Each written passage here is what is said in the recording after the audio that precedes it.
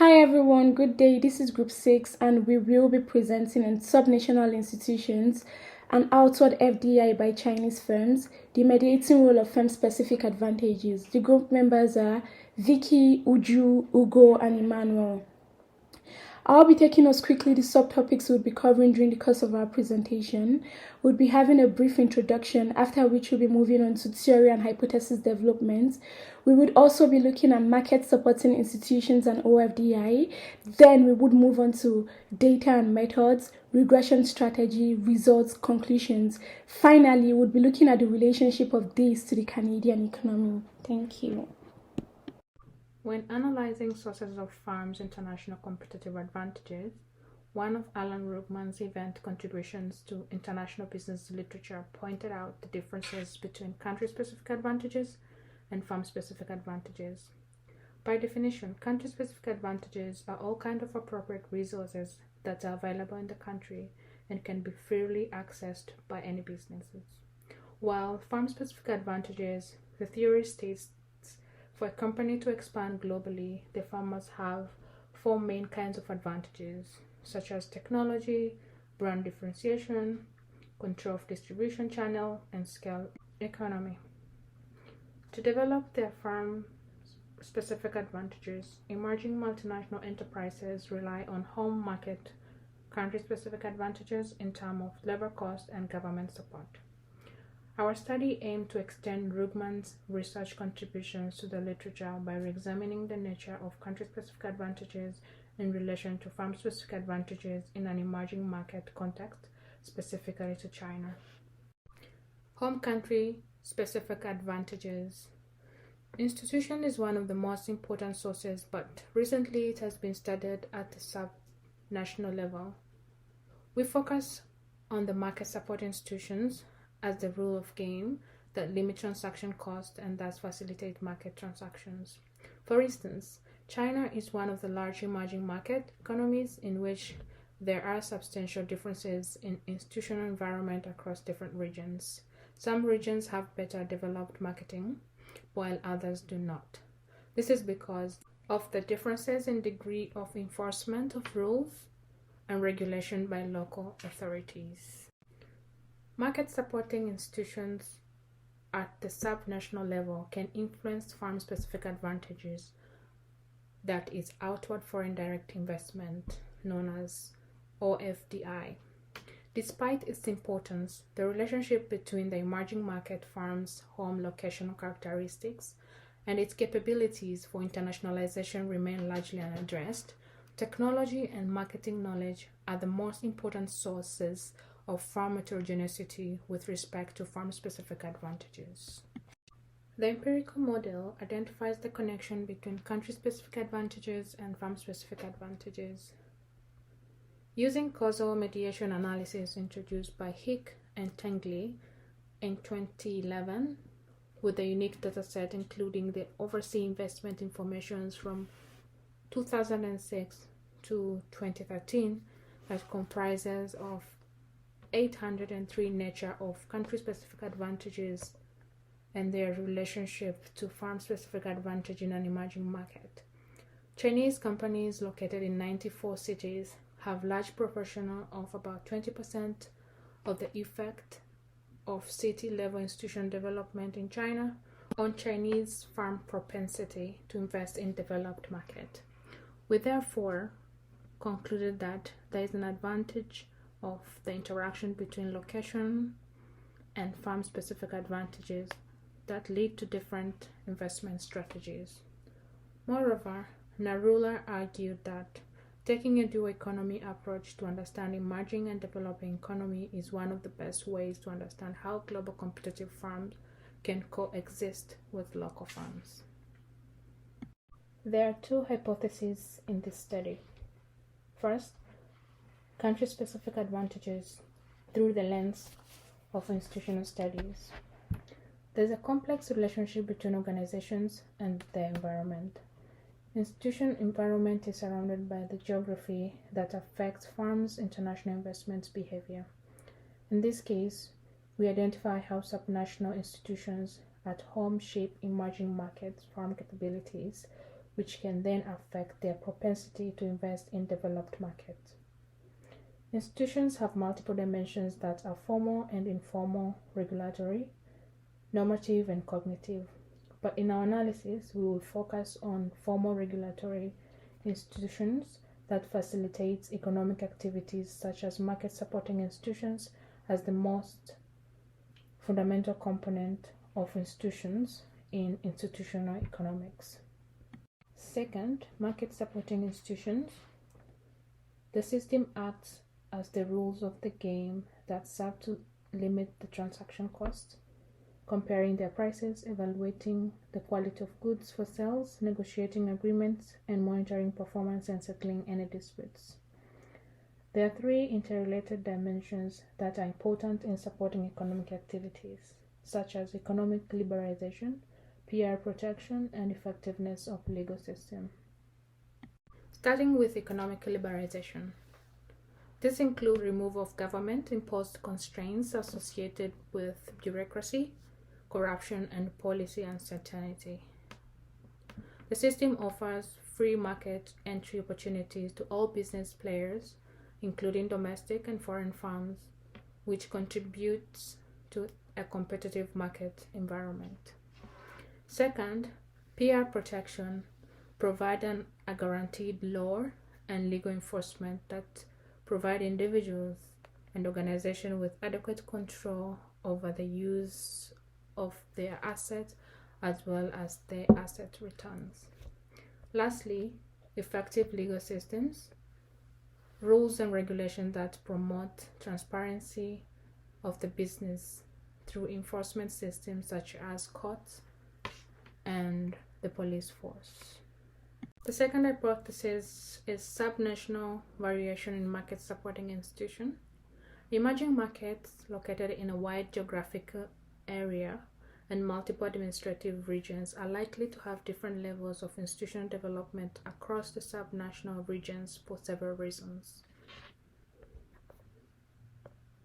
In large emerging marketing, local administrators formulate their localized policies and rules. For example, municipal government in China can design physical policies and policies for land use, licensing, social welfare, and immigration that can reduce transaction costs of farms.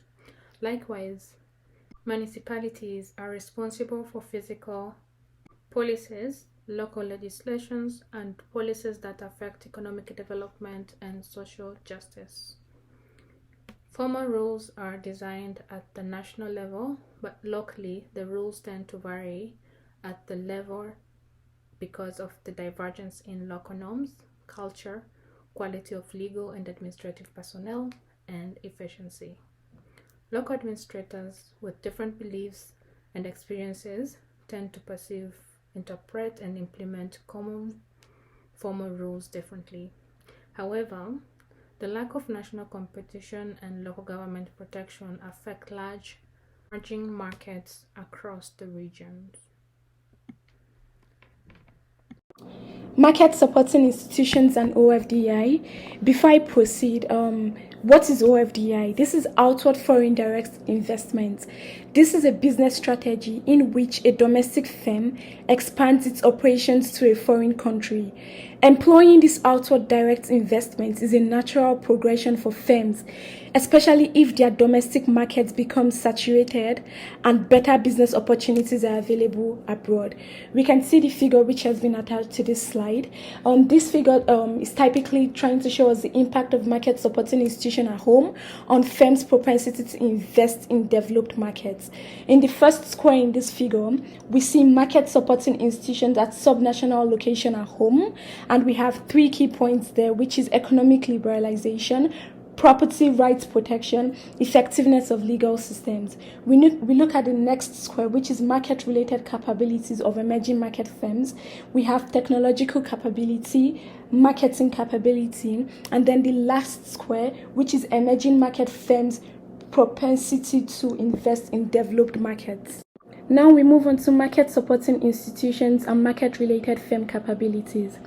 A region's institution forms the incentive system for how business is done in that region and how resources are allocated, Asmoglu and Robinson 2012, not 1990, which in turn shaped the way in which firms develop capabilities. We will be looking at mechanisms through which each dimension of the market supporting institution affect the development of market-related capabilities. I've listed three main mechanisms which we'll be considering. The first one is high degree of economic liberalization. The second one is strong PR protection. And the last one is effective legal system. Let's begin with high degree of economic liberalization. High degree of economic liberalization eliminates local protectionism and entry barriers. It allows firms from other domestic regions and other countries to enter the local market, and this intensifies the degree of competition. Local firms would have to develop to match up both technological and marketing capabilities to compete particularly with foreign firms that usually possess cutting-edge technologies and global brands. The next one we'll be looking at will be strong PR protection. Strong PR protection ensures appropriate returns on investments in R&D and marketing activities and motivates firms to invest in these activities. The last one we'll be considering will be effective legal systems. Effective legal systems ensures a fair playing field for market participants, inducing them to build market competitiveness rather than diverting resources to non-market activities such as pleasing legal enforcement agencies. In addition to all I've said, firms often collaborate with specialized external partners such as research institutions, marketing agencies to conduct R&D and marketing activities. A strong legal system that enforces contracts can protect firms' interests and encourage such collaboration, which further leads and promotes development of firms' market-related capabilities.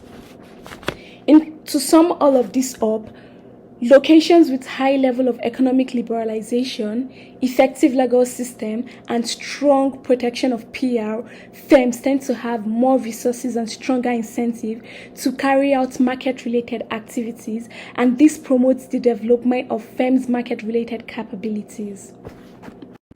Now we move on to my next slide, which is market-related firm capabilities and OFDI in developed markets. Hypothesis 1 suggests that CSAs in the form of strong market supporting subnational institutions facilitate the creation and acquisition of FSAs in the form of market-related capabilities. Now we'll be moving further to discuss how these market-related capabilities affect emerging market firms' investments in developed markets.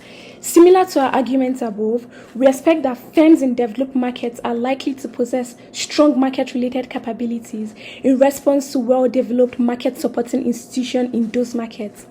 As such, foreign firms that also have strong market-related capabilities will find a better fit between their capabilities and the institutional environment in a developed market, and will thus have a better chance to compete in that market. Strong market-related capabilities are also important for the success of emerging market firms in developed markets because they often seek advanced technology or marketing knowledge in those markets. On my next slide, I'm going to be talking about the two hypotheses which has been proposed based on the arguments which has been stated above. Finally, I'll be stating the hypothesis which has been proposed based on the arguments made earlier. Hypothesis 2 states that, with all things being equal, the stronger the market-related capabilities of an emerging marketing firm, the stronger is its propensity to invest in developed markets. Hypothesis 2 therefore explicitly links the market-related FSAs of emerging market firms to their ability to invest abroad.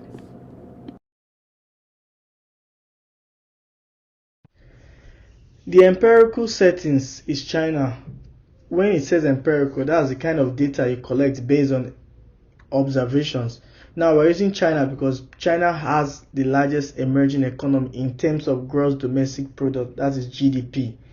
Now also, China is an appropriate setting to test this hypothesis related to subnational variations in market supporting institutions and OFDI.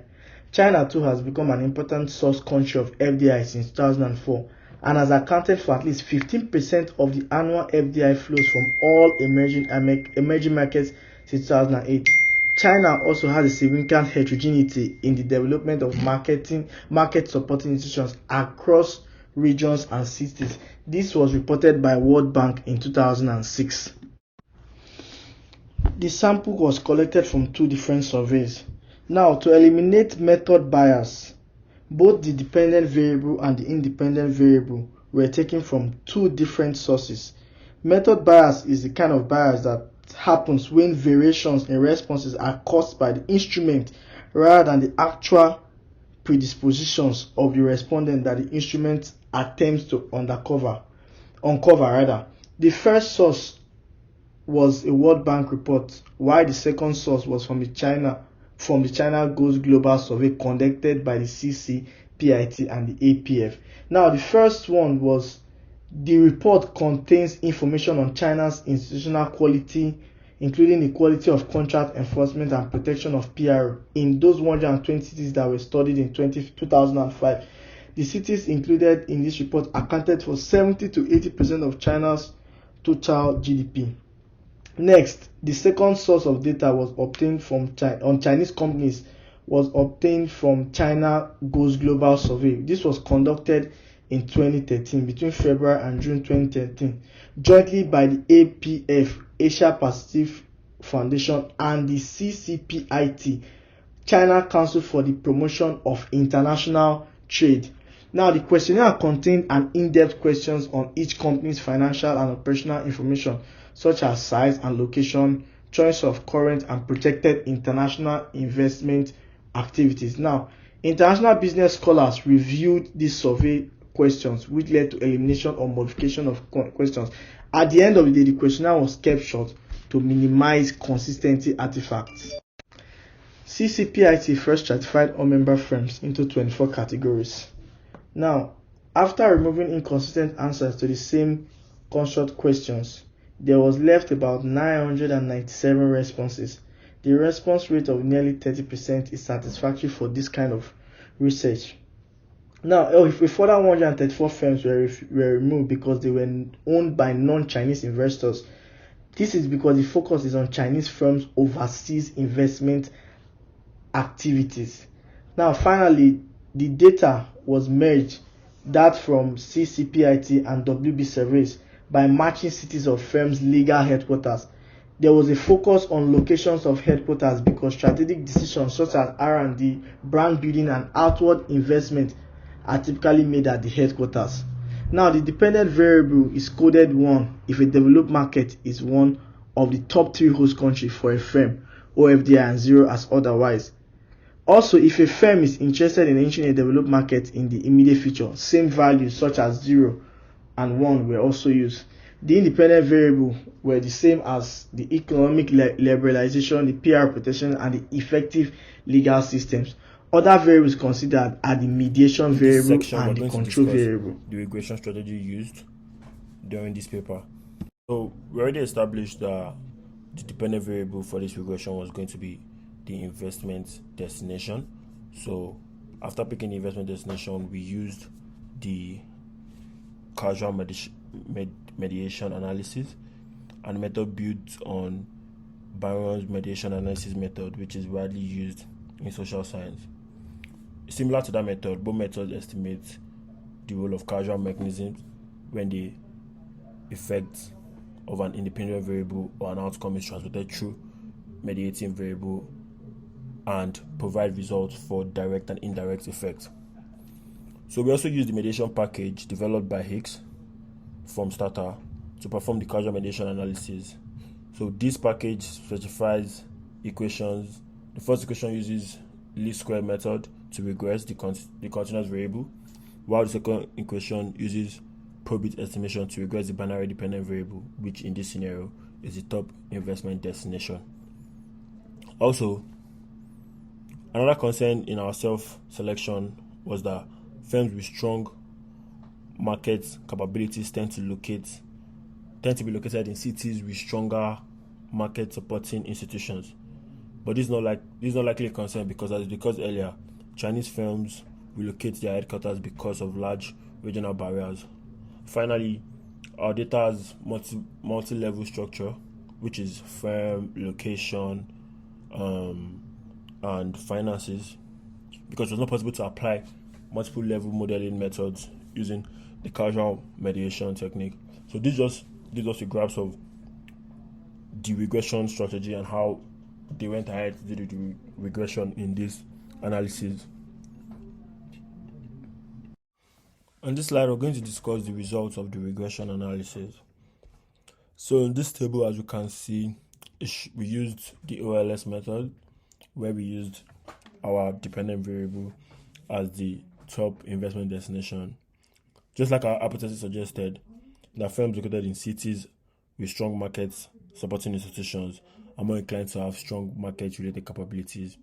The result shows that the city institutional quality has statistical significance, which is a positive effect on firms' market-related capability. So we can say we're going to accept our first hypothesis.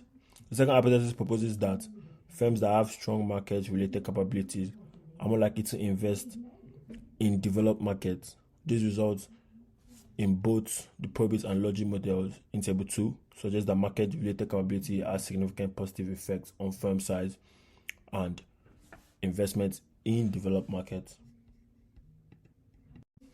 This table gives us a statistic summary and correlation matrix of the key variables used in the study. So when we did the variance inflation factor test, it shows that all values below 2.12 indicates that there's multicollinearity is not a problem in our regression. So what I'm just trying to say is that like all these values are going to be important in the developing our regression. That's just the whole point of this diagram right here. As you can see, most everything is above 2.12. This table shows that the estimated coefficients for some control variables are noteworthy. So we can see that Table 3 suggests that firms have stronger market-related capabilities than collectively owned firms, but have no significant difference from state-owned firms in this regard. This is probably because although private firms are more entrepreneurial and are more active in developing market capabilities than other types of firms, they have fewer resources, advantages, and compared to that of the state-owned firms. Firms that are larger in own market possess greater market-related capabilities. Firms in this information technology sector tend to have greater market capabilities as the sector in general is more knowledge intensive. So in terms of determinants of investment into developed markets, the asset kingdom in Table 3, as you can see, has no significant effect on firms' investment. Also, not surprising, we can also see that firms that are older and have more experience are more international experience, are more inclined to develop investments. In conclusion, the study investigates how home subnational institutional advantages in emerging markets affect firms and their outward investment decision. We argue that institutional heterogeneity within country can result in firms developing different capabilities depending on their location, and the firm located in the cities and regions characterized by strong market supporting institutions are more likely to develop FSA in the form of marketing and R&D capabilities, which are in turn required to enter developed country markets. We argue that subnational heterogeneity will be particularly stronger in larger emerging markets such as China. Our empirical analysis suggests that Chinese firms located in cities with better developed marketing supporting institutions tend to have stronger R&D and market capabilities, and these firms also have a higher likelihood of investing in developed markets. I think from the result, we can all see that there's some truth to everything we argued about in the discussion. We could see from our results as we stated above. So our results suggest that recognizing that firms from the same emerging markets are not homogeneous and heterogeneous is in part defined by subnational location. Those from subnational location with more advanced market supporting institutions tend to possess stronger market capabilities that enable them to be competitive in developed markets. and that also leads to investment in these developed markets that we've seen in recent years. Our research has important implications for the locational choice of firms in emerging markets. Emerging market firms aiming to penetrate developed markets may choose to relocate themselves in domestic regions with stronger market supporting institutions. By doing so, they are most likely to learn how to build a market, how to build a market-related capability, and improve their absorptivity capacity, which would enable them to be competitive and be effective in the long run. However, we've noticed that this doesn't happen in all cases, and this case study is limited to further research. Thank you.